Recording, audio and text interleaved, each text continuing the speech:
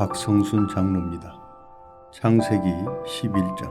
온 땅의 언어가 하나여 말이 하나였더라. 이에 그들이 동방으로 옮기다가 신할 평지를 만나 거기 거류하며 서로 말하되 자 벽돌을 만들어 견고히 굽자 하고 이에 벽돌로 돌을 대신하여 역청으로 진흙을 대신하고 또 말하되 자 성읍과 탑을 건설하여 그 탑 꼭대기를 하늘에 닿게 하여 우리 이름을 내고 온 지면의 흩어짐을 면하자 하였더니 여호와께서 사람들이 건설하는 그 성읍과 탑을 보려고 내려오셨더라.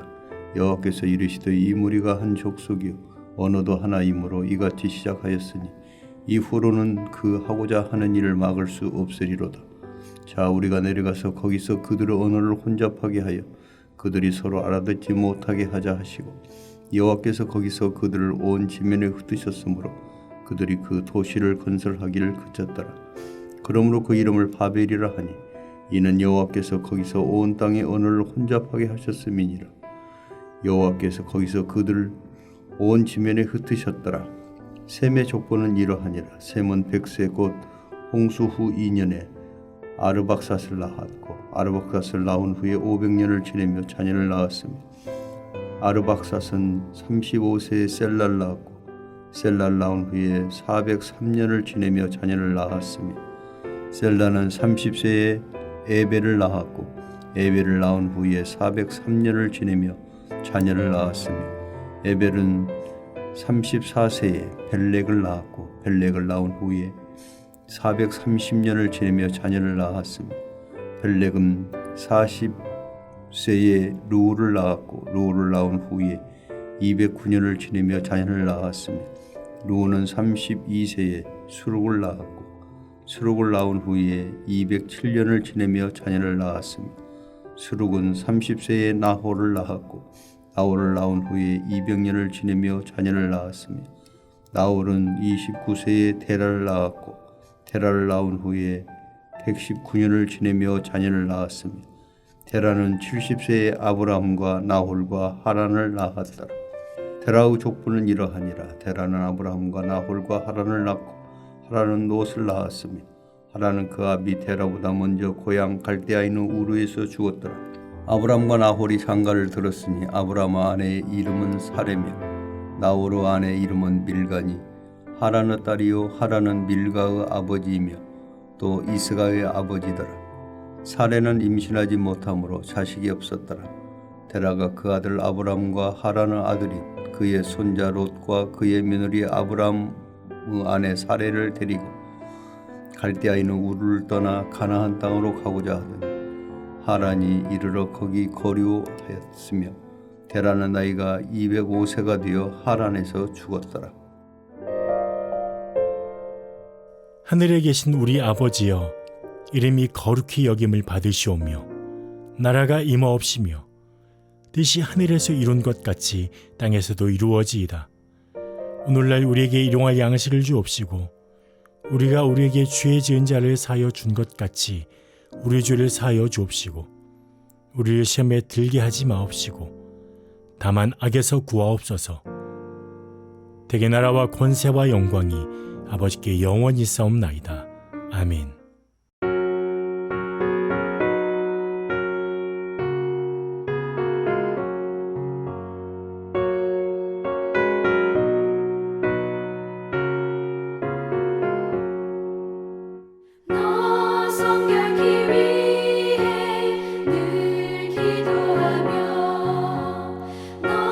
주 안에 있어 늘 성경 보고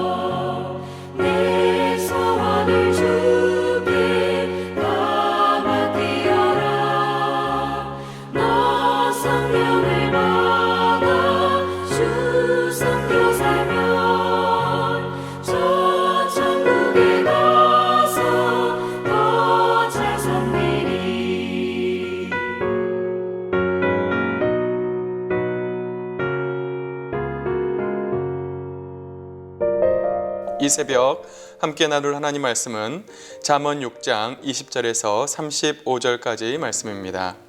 잠언 6장 20절에서 35절까지 말씀, 제가 20절에서 24절까지만 봉독해 드리겠습니다. 내 아들아, 내 아비의 명령을 지키며 내 어미의 법을 떠나지 말고 그것을 항상 내 마음에 새기며 내 목에 매라. 그것이 내가 다닐 때에 너를 인도하며 내가 잘 때에 너를 보호하며 내가 깰 때에 너와 더불어 말하리니 대저 명령은 등불이요 법은 빛이요 훈계의 책망은 곧 생명의 길이라. 이것이 너를 지켜 악한 여인에게 이방 여인의 혀로 후리는 말에 빠지지 않게 하리라. 아멘. 오늘 본문은 계속해서 솔로몬이 자기 아들을 향해 훈계하는 그런 내용입니다. 특별히 오늘 본문에서 솔로몬은 음행을 피하기 위해서 우리가 어떻게 하는지를 말씀하고 있습니다. 음행을 피하기 위해 솔로몬은 20절에서 21절에 우리에게 이렇게 말을 하고 있습니다. 내 아들아, 내 아비의 명령을 지키며 내 어미의 법을 떠나지 말고 그것을 항상 내 마음에 새기며 내 목에 매라. 20절은 이렇게 시작합니다. 내 아들아. 이 말은 솔로몬이 자기 자녀에게 하는 말이지만 사실 하나님께서 당신의 사랑하는 자녀들에게 하는 말이라고 할 수가 있습니다. 하나님은 우리에게 이렇게 권면하십니다. 내 아버지의 명령을 지키라. 내 어미의 법을 떠나지 말고 그것을 항상 내 마음에 새기며 내 목에 매라. 하나님은 우리에게 말씀을 지키고 그것에서 떠나지 말라 하십니다. 그리고 그것을 항상 우리 마음에 새기고 목에 매라 하십니다. 말씀을 목에 매라는 것은 그 말씀을 가까이 하며 항상 그 말씀을 묵상하라는 그런 말씀입니다. 그러면 그 말씀이 우리를 어떻게 인도합니까? 22절, 23절 말씀입니다. 그것이 내가 다닐 때에 너를 인도하며 내가 잘 때에 너를 보호하며 내가 깰 때에 너와 더불어 말하리니 대저 명령은 등불이요 법은 빛이요 훈계의 책망은 생명의 길이라. 우리가 이렇게 말씀을 가까이 하면 그 말씀이 우리를 인도합니다. 그리고 우리가 잘 때에도 그 말씀이 우리를 보호합니다.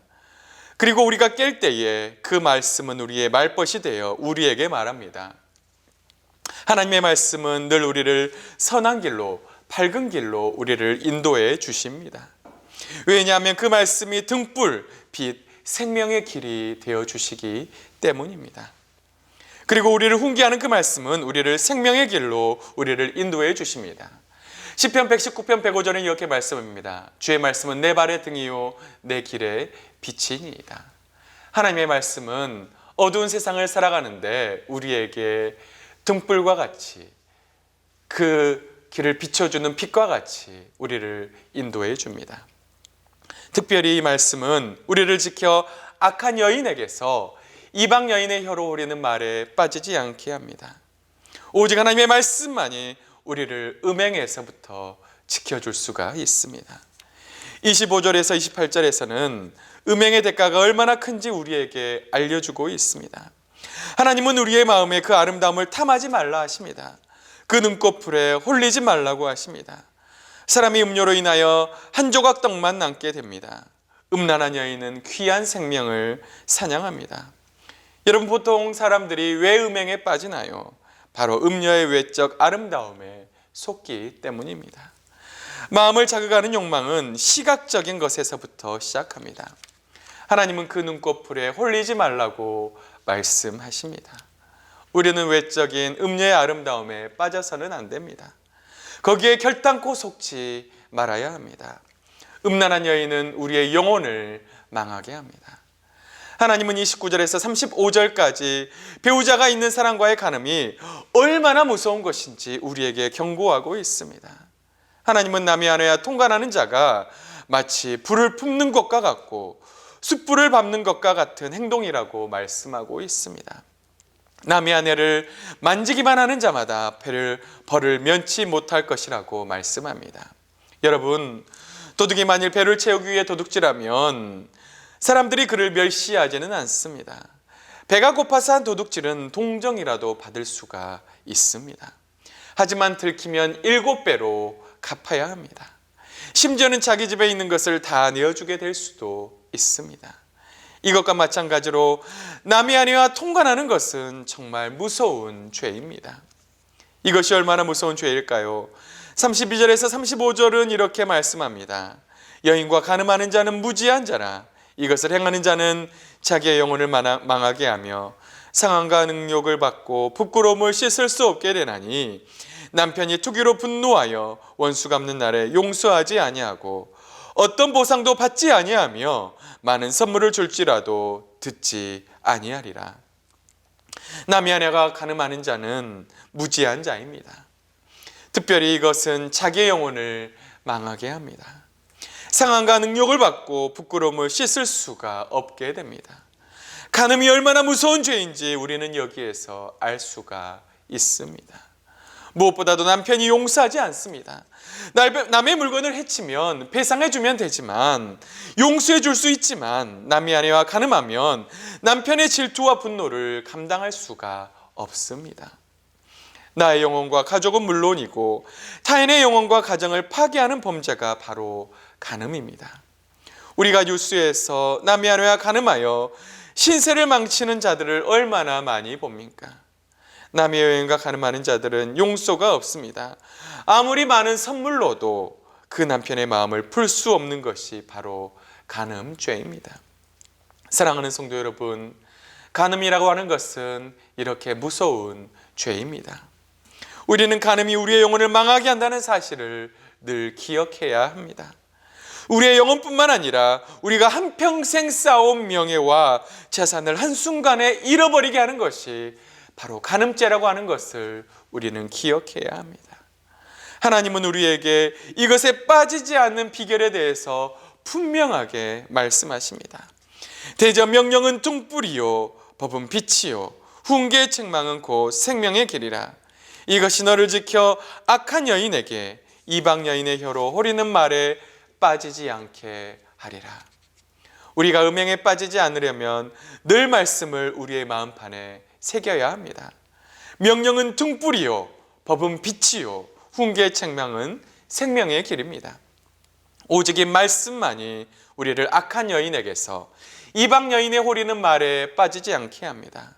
거기에서 우리를 건져낼 수가 있습니다. 사랑하는 성도 여러분, 지금은 악하고 음란한 시대입니다. 어느 시대보다 지금은 악하고 음란한 시대가 되었습니다. 아내 외에 애인이 있는 것을 당연하게 여기는 시대가 되었습니다. 배우자 외에 자신의 쾌락을 위해 은밀한 만남을 즐기는 시대가 되었습니다.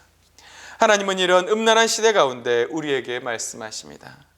고린도전서 6장 18절에서 20절은 우리에게 이렇게 말씀하십니다. 음행을 피하라. 사람이 범하는 죄마다 몸 밖에 있거니와 음행하는 자는 자기 몸에 죄를 범하느니라. 너희 몸은 하나님께로 받은 바 너희 가운데 계신 성령의 전인 줄 알지 못하느냐. 너희는 너희 자신의 것이 아니라 값으로 산 것이 되었으니 그런즉 너희 몸으로 하나님께 영광을 돌리라. 하나님은 음행을 피하라 말씀하십니다. 우리 몸은 성령님이 계신 거룩한 전입니다. 음행하는 자는 자신의 죄에, 우리의 몸에 죄를 범하는 것입니다. 하나님은 우리의 몸을 예수님의 핏값을 주고 사셨습니다. 우리는 거룩한 성전이 되었습니다. 그래서 우리의 몸은 우리의 것이 아닙니다. 예수님의 핏값으로 산 몸이 되었으니 우리는 우리의 몸으로 하나님께 영광을 돌려야 합니다. 거룩한 삶을 살아야 합니다. 사랑하는 성도님들의 그 몸으로 하나님께 영광을 돌려 음행을 피하고 하나님께 영광을 돌리는 그런 귀한 삶을 살 수 있기를 주님의 이름으로 축복합니다. 사랑하는 성도 여러분, 오늘 본문에서 하나님은 음행의 비참함에 대해서 우리에게 말씀하고 있습니다. 그래서 이런 유혹에 빠지지 말라고 우리에게 경고하고 있습니다. 음행의 유혹은 우리 주위에 많이 도사리고 있습니다. 그래서 우리는 늘 조심해야 합니다. 배우자 외에 성적 유혹을 우리는 늘 경계해야 합니다. 음행은 처음에는 달콤함을 주는 것 같지만 우리의 몸을 태우고 우리의 살갗을 태우며 우리의 영혼을 망하게 합니다. 우리의 재산을 다 내어주고 우리의 명예와 우리의 모든 것을 앗아갈 수 있는 것이 바로 음행입니다. 그래서 우리는 늘 하나님의 말씀을 가슴에 새기며 살아야 합니다.